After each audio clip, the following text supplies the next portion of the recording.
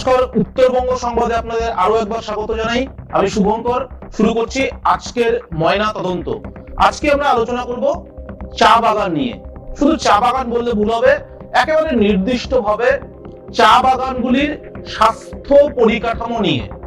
আপনারা চা বাগানে নিশ্চয়ই সকলেই গিয়েছেন কম বেশি।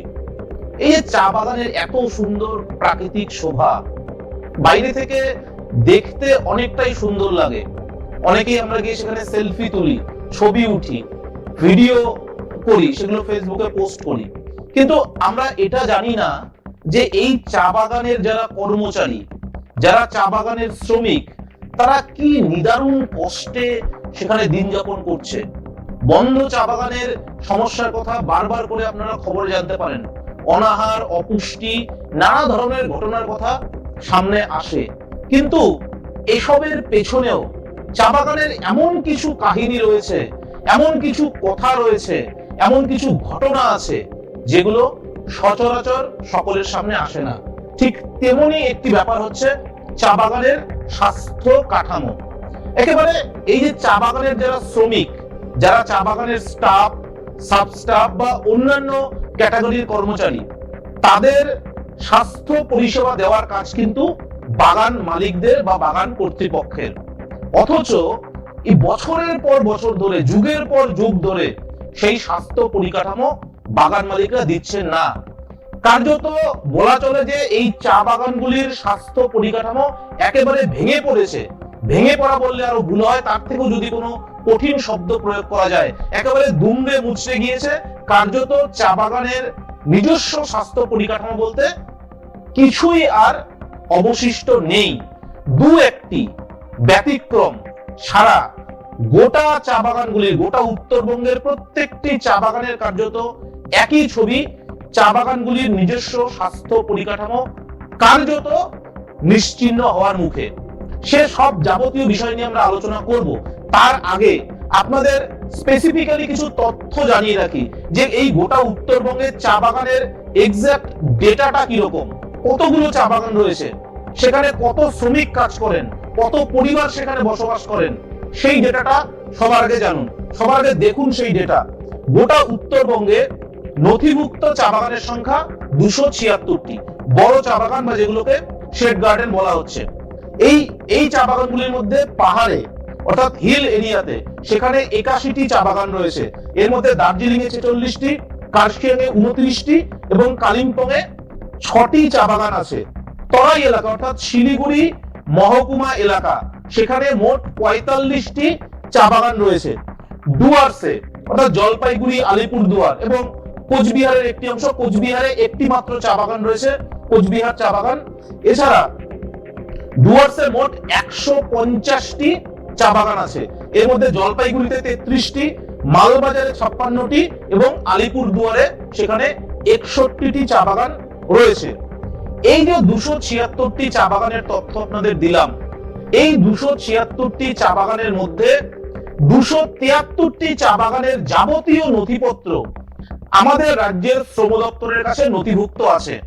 শ্রম দপ্তরের পক্ষ থেকে কয়েক বছর আগে এই চা বাগানগুলি নিয়ে একটি সার্ভে করা হয়েছিল, সমীক্ষা করা হয়। বিভিন্ন বিষয়কে সামনে রেখে সমীক্ষা হয় এবং সেই সমীক্ষার যে ছবি, সেই সমীক্ষার পর যে ডেটা বাইরে এসছে তা কিন্তু কার্যত হাড় হিম করা। একেবারে ভয়ঙ্কর সব ডেটা, চা বাগানের দুর্দশার একের পর এক ছবি, সেই সমস্ত ডেটাই কিন্তু স্পষ্ট হয়ে গিয়েছে।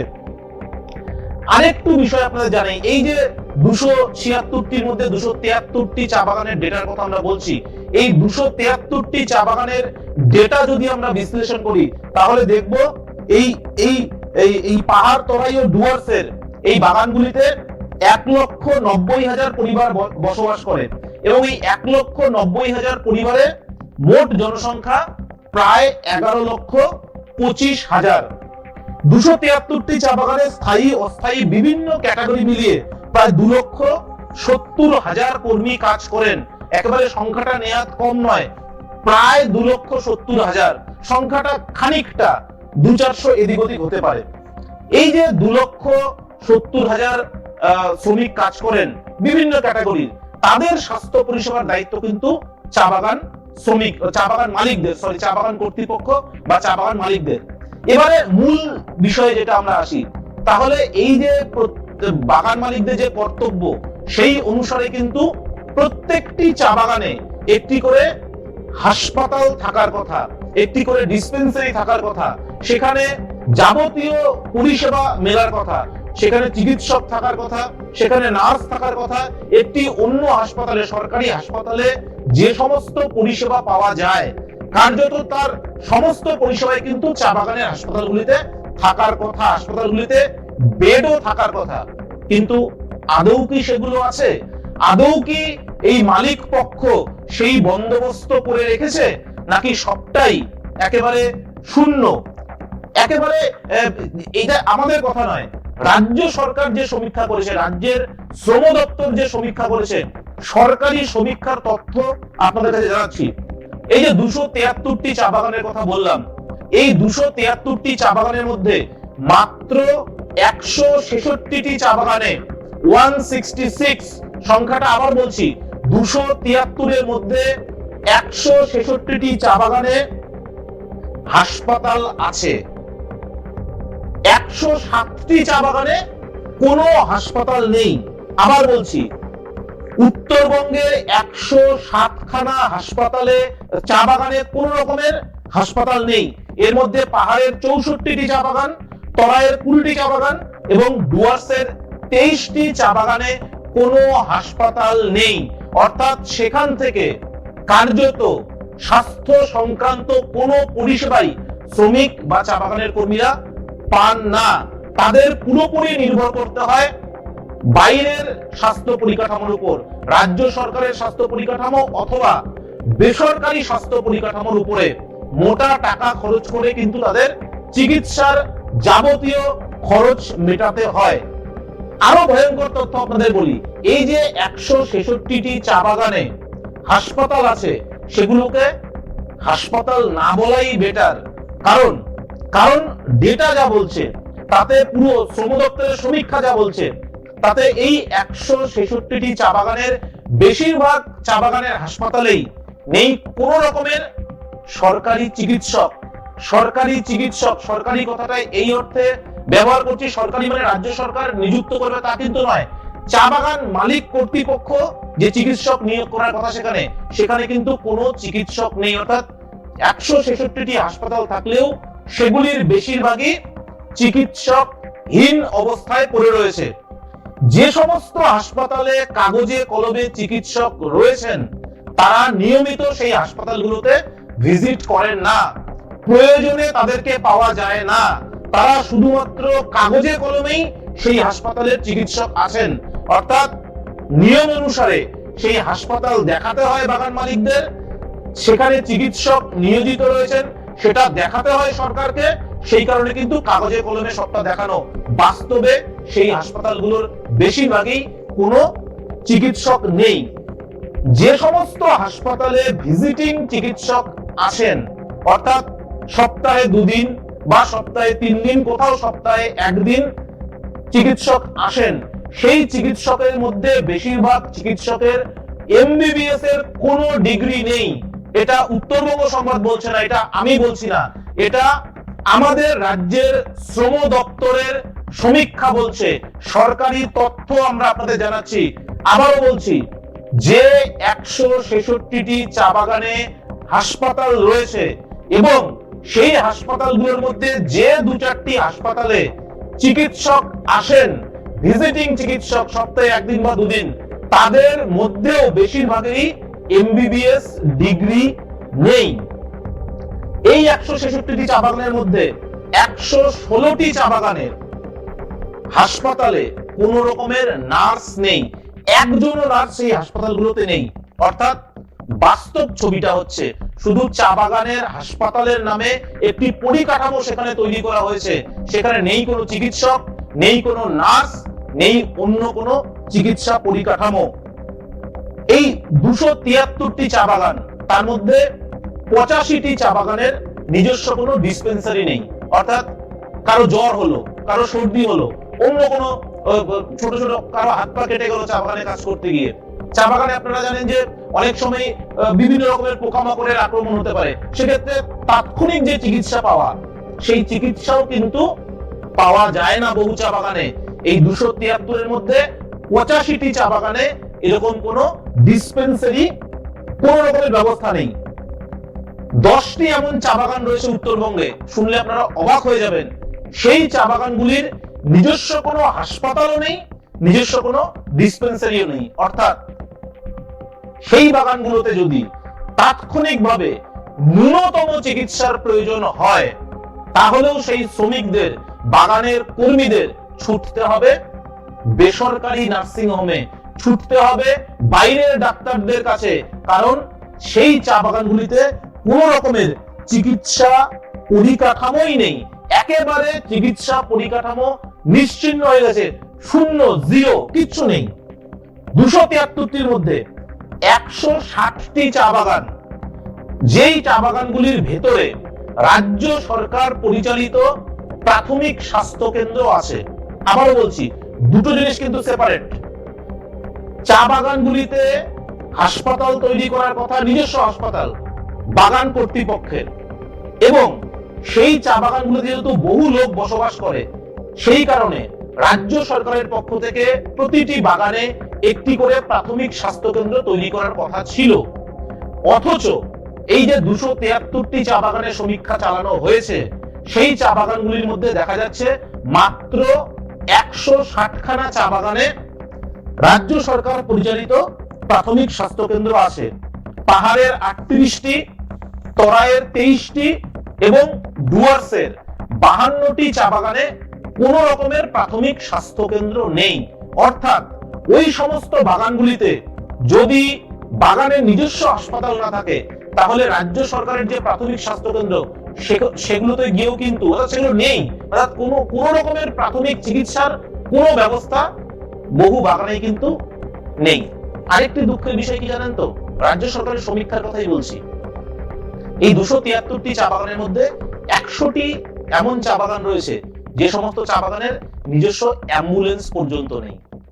রাত বিরেতে কেউ যদি অসুস্থ হয়ে পড়ে, কোন শ্রমিক, কোন মহিলা চা শ্রমিক যদি গর্ভবতী হয় বা তার পরিবারের কেউ যদি গর্ভবতী হয়, তাকে হাসপাতালে নিয়ে যাওয়া, তাকে নার্সিং হোমে নিয়ে যাওয়া, অথবা আপনারা জানেন যে চা বাগানে বিভিন্ন সময় চিতাবাঘের আক্রমণ হয়, বহু বিষাক্ত বিষধর সাপ চা বাগান এলাকাগুলোতে রয়েছে, সেগুলো যদি কোথাও কাউকে দংশন করে, তাহলে দ্রুত যে তার যে চিকিৎসকের কাছে তাকে নিয়ে যাওয়ার যে বন্দোবস্ত, সেই ন্যূনতম বন্দোবস্তটুকু পর্যন্ত এই উত্তরবঙ্গের বেশিরভাগ চা বাগানে নেই।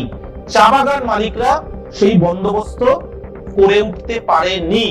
অথচ আইন বলছে, নিয়ম বলছে যে এই চা বাগান শ্রমিকদের, চা বাগানের কর্মচারীদের পরিষেবা দেওয়া, স্বাস্থ্য পরিষেবা দেওয়া চা বাগান মালিকদের কর্তব্যের মধ্যে পড়ে। আইনি ভাবে এটা কিন্তু চা বাগান মালিকদের কর্তব্য। অথচ বছরের পর বছর ধরে, শুধু বছরের পর বছর নয়, যুগের পর যুগ ধরে সেই কর্তব্য পালিত হচ্ছে না। চা বাগান কর্তৃপক্ষগুলো সেই কর্তব্য পালন করছে না। শ্রমিকদের, কর্মচারীদের স্বাস্থ্যের ব্যাপারে তারা কোন রকমের তাদের হেলদোল নেই। তারপরেও তাদের বিরুদ্ধে আজ পর্যন্ত কোন রকমের পদক্ষেপ হয়নি, রাজ্যের পক্ষ থেকে না কেন্দ্রের পক্ষ থেকে, কারো পক্ষ থেকে চা বাগান কর্তৃপক্ষের বিরুদ্ধে, মালিকদের বিরুদ্ধে কোন রকমের পদক্ষেপ নেওয়া হয়নি। নেওয়া হয়নি বলতে ভুল করব, নেওয়ার হয়তো সাহস পায়নি সরকার। কারণ এই চা বাগানের যারা মালিক রয়েছেন, তারা কিন্তু যথেষ্ট প্রভাবশালী, তারা কিন্তু যথেষ্ট শক্তিশালী। ফলে তাদের বিরুদ্ধে ব্যবস্থা নেওয়ার ক্ষেত্রে সরকারও হয়তো 10 বার করে ভেবেছে। সেই কারণে শ্রমিকদের যে স্বার্থ, যে লক্ষ লক্ষ শ্রমিক চা বাগানের, লক্ষ লক্ষ কর্মচারী, তাদের স্বাস্থ্য পরিকাঠামো কিন্তু কার্যত শিকড়ে উঠে গিয়েছে। আপনি ভাবুন তো, একজন চা বাগানের শ্রমিক যে দিনে সামান্য মজুরি পায়, যে মজুরি দিয়ে পরিবার পরিজনের মুখে দুবেলা দুমুঠো ভাত তুলে দেওয়া তার পক্ষে খুব কষ্টকর। সে এই মোটা টাকা খরচ করে বেসরকারি জায়গায় গিয়ে, বেসরকারি নার্সিং হোমে গিয়ে কি করে সে চিকিৎসা করবে? চিকিৎসা করার তার কি সামর্থ্য রয়েছে? সরকারি যে চিকিৎসা পরিকাঠামো, যদি আমরা দেখি যে চা বাগানগুলিতে আশেপাশের এলাকায় যে সরকারি চিকিৎসা পরিকাঠামো রয়েছে, সেই পরিকাঠামো কিন্তু খুব একটা সুখকর নয়। কোথাও কোথাও মাল্টি স্পেশালিটি, সুপার স্পেশালিটি, এই সমস্ত নানা রকমের নামের হাসপাতাল তো তৈরি করা হয়েছে, কিন্তু সেগুলোর অবস্থাও কিন্তু এই চা বাগানের হাসপাতালগুলির মতন অনেকটাই। সেখানে কোনো বেশিরভাগ ক্ষেত্রে বিশেষজ্ঞ চিকিৎসক পাওয়া যায় না। কারো যদি দ্রুত অপারেশনের দরকার হয়, তাকে ডেট দেওয়া হয় হয়তো 1 মাস 1.5 মাস পরে। ফলে সাধারণ মানুষ কোথায় পাবে চিকিৎসা, কোথায় যাবে? এই চা বাগানের দিন আনা দিন খাওয়া শ্রমিকরা কি করবে তাদের পরিবার পরিজন নিয়ে, সে কথা কিন্তু কেউ হবে না। ফলে প্রতি বছর নানা রকমের দুরারোগ্য ব্যাধিতে কিন্তু বহু চা বাগান শ্রমিকদের মৃত্যু হয়।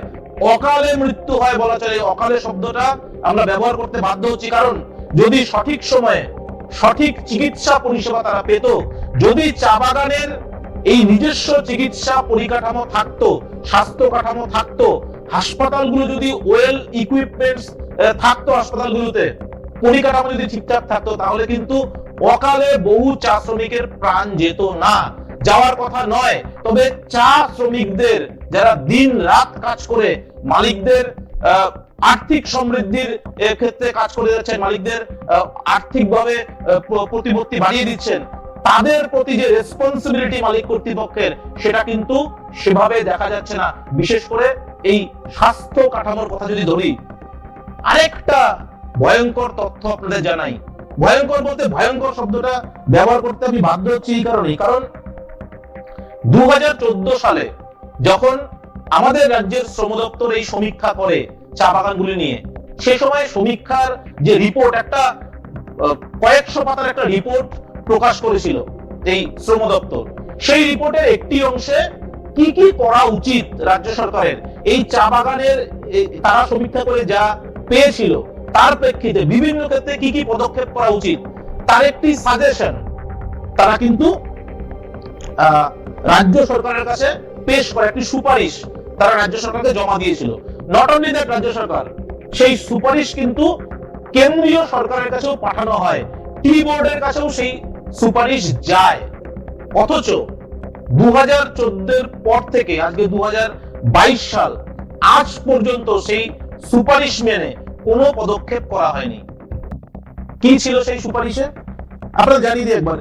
সেই যে শ্রম দপ্তরের কর্তারা খুব স্পষ্টভাবে জানিয়ে দেয় যে চা বাগানের এই স্বাস্থ্য পরিকাঠামোর যদি হাল ফেরানো না যায়, তাহলে কিন্তু তা গোটা চা শিল্পের ক্ষেত্রে একটা বড়সড় থ্রেট হতে চলেছে।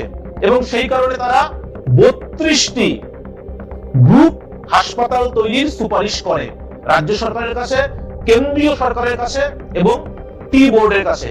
কিভাবে এই 32টি গ্রুপ হাসপাতাল তৈরি করা হবে, একেবারে তার নকশা তৈরি করে পুরো পরিকল্পনা মাফিক সেই সুপারিশ জমা দেওয়া হয়েছিল।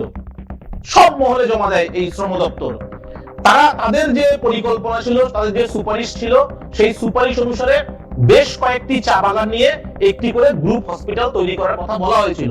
3টে 4টে চা বাগান, কোন কোন চা বাগানের কতটা দূরত্ব, কতটা জনসংখ্যা, কতটা শ্রমিকের সংখ্যা, সেগুলো সব মিলিয়ে একটি তারা সমীক্ষা অনুসারে তারা 3-4টি বাগানের জন্য বা কোথাও 5টি 7টি বাগানের জন্য একটি করে গ্রুপ হসপিটাল তৈরির কথা বলেছিল।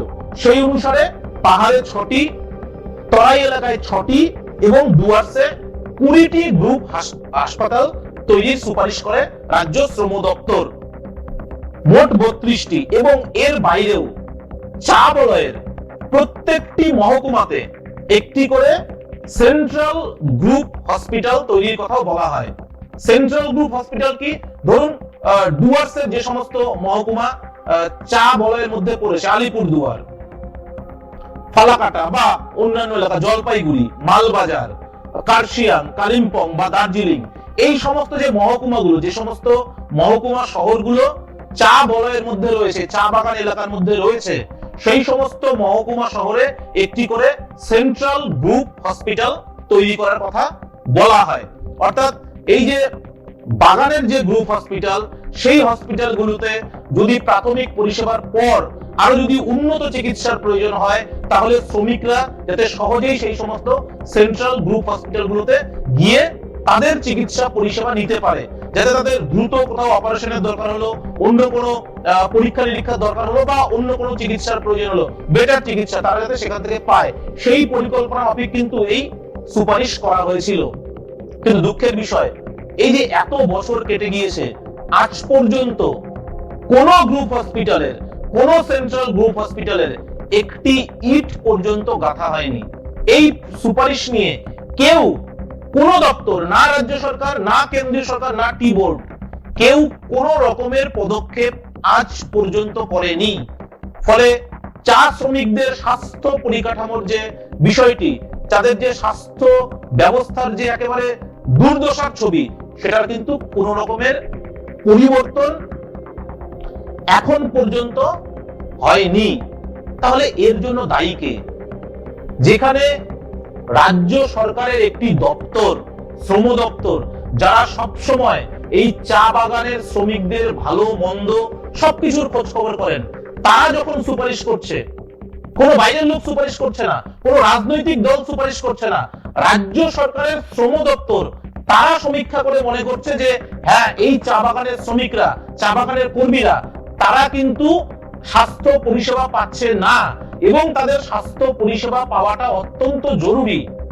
সেই কারণে সেই দপ্তরই কিন্তু সুপারিশ করেছে হাসপাতাল তৈরি করার জন্য। সেই সুপারিশ পর্যন্ত মানা হয়নি। তাহলে আপনারা একবার ভেবে দেখুন, সাধারণ চা শ্রমিকরা তাদের দুর্দশার কথা যদি প্রশাসনের কাছে নিয়ে যেতে চায়, প্রশাসনকে যদি তাদের দুর্দশার কথা জানাতে চায়, প্রশাসন কি সেই দুর্দশায় নজর দেবে, সেই সমস্যা সমাধানের পদক্ষেপ করবে? যেখানে রাজ্য সরকারেরই একটি দপ্তরের কথায় অন্য দপ্তর কান দিচ্ছে না। হয়তো অর্থ দপ্তর তার জন্য কোনো অর্থ মঞ্জুর করেনি, স্বাস্থ্য দপ্তর কোনো পদক্ষেপ করেনি, সর্বোপরি অন্যান্য যে সমস্ত দপ্তরের এই সুপারিশের ক্ষেত্রে পদক্ষেপ করার কথা ছিল, কোনো দপ্তরই সেভাবে বিষয়টিকে আমল দেয়নি। একাধিক এই যারা এই সমীক্ষা করেছিলেন, সেই শ্রম দপ্তরের একাধিক বড় বড় কর্তা, তাদের সঙ্গে আমরা একান্তে কথা বলেছিলাম। সংবাদ মাধ্যমের সামনে তারা মুখ খুলতে চাননি ঠিকই, কিন্তু এই যে তাদের সুপারিশ অনুসারে হাসপাতাল তৈরি না করার জন্য, চা বাগানের স্বাস্থ্য পরিকাঠামো উন্নয়ন না করার জন্য কিন্তু তারা খেদ প্রকাশ করেছেন, তারা দুঃখ পেয়েছেন, তারা মনে মনে অনেকে ক্ষোভ ব্যক্ত করেছেন যে এই শ্রমিকরা বছরের পর বছর ধরে কার্যত বিনা চিকিৎসায় এইভাবে কিন্তু অসুস্থ হচ্ছে, কেউ কেউ মারাও যাচ্ছে, কেউ কোনো খোঁজ খবর নেই, কারো কোনো হেলদোল নেই। এই চা বাগানগুলোতে, উত্তরবঙ্গের চা বাগানগুলোতে প্রায় 100টি ইউনিয়ন রয়েছে, অর্থাৎ শ্রমিকদের ইউনিয়ন। সেই ইউনিয়নগুলো কিন্তু তাদের অস্তিত্ব কখন বোঝা যায়? তাদের অস্তিত্ব তখনই বোঝা যায় যখন এই 3 বছর পর পর, 4 বছর পর পর শ্রমিকদের মজুরি চুক্তির সময় আসে, তখনই কিছু আন্দোলন সেভাবে দেখা যায়। তার বাইরে কিন্তু বিক্ষিপ্তভাবে দু একটি গেট মিটিং, সেভাবে চা শ্রমিক আন্দোলনের যে গতি, সেই গতি কিন্তু নষ্ট হয়ে গিয়েছে। এবং এই চা শ্রমিকদের স্বাস্থ্য কাঠামো উন্নতি করার জন্য সেভাবে কোনো আন্দোলন, কোনো জোরালো আন্দোলন আজ পর্যন্ত দেখা যায়নি। আজ পর্যন্ত কোনো জোরালো আন্দোলন সংগঠিত হয়নি। আজ পর্যন্ত দাবি ওঠেনি, কোন চা বাগান কর্তৃপক্ষকে ঘেরাও করে বিক্ষোভ দেখানো হয়নি যে সেই বাগানে কেন হাসপাতাল নেই, সেই বাগানে কেন শ্রমিকরা ওষুধ পাচ্ছে না, সেই বাগানে কেন শ্রমিকদের যে অধিকার চিকিৎসা পাওয়ার, সেই চিকিৎসা কেন তারা পাচ্ছে না, কেন তারা পরিষেবা পাচ্ছে না, তা নিয়ে কোনো হেলদোল কিন্তু এই শ্রমিক সংগঠনগুলোর মধ্যেও নেই। বিভিন্ন রাজনৈতিক দলের শ্রমিকরা, শুধু কোনো একটি নির্দিষ্ট দলকে দোষ দিয়ে লাভ নেই, প্রত্যেকটি দল এর জন্য দায়ী। কোন দল জোরালো ভাবে এই দাবি কখনোই তোলেনি বা এই দাবি নিয়ে সেভাবে কোনো আন্দোলন করেনি। এবং সর্বোপরি চা শ্রমিকদের যে দুর্দশা, না বাম আমলে, না তার আগে কংগ্রেসের আমলে, না বর্তমান সরকারের আমলে কেউই কিন্তু এই ব্যাপারটি নিয়ে সেভাবে কোনো হেলদোল দেখাচ্ছে না। এবং বর্তমান সরকারের শ্রম দপ্তর, যেটা আপনাদের বারবার করে বলছি, শ্রম দপ্তরের সুপারিশের পরেও কিন্তু কোনো কাজ হয়নি। এভাবেই কি চা বাগান শ্রমিকরা তাদের চিকিৎসা পরিকাঠামো থেকে বঞ্চিত হবে? তাদের চিকিৎসাদের ন্যায্য পাওনা, স্বাস্থ্য পরিষেবার যে ন্যায্য পাওনা, সেই পাওনা থেকে বঞ্চিত হবে, নাকি তাদের জন্য কোনো পদক্ষেপ করা হবে? সেটাই এখন দেখার। আজ এ পর্যন্তই। আগামীকাল আবার আপনাদের সঙ্গে দেখা হবে নতুন কোনো টপিক নিয়ে ময়নাতদন্তে। সঙ্গে থাকুন, ভালো থাকুন।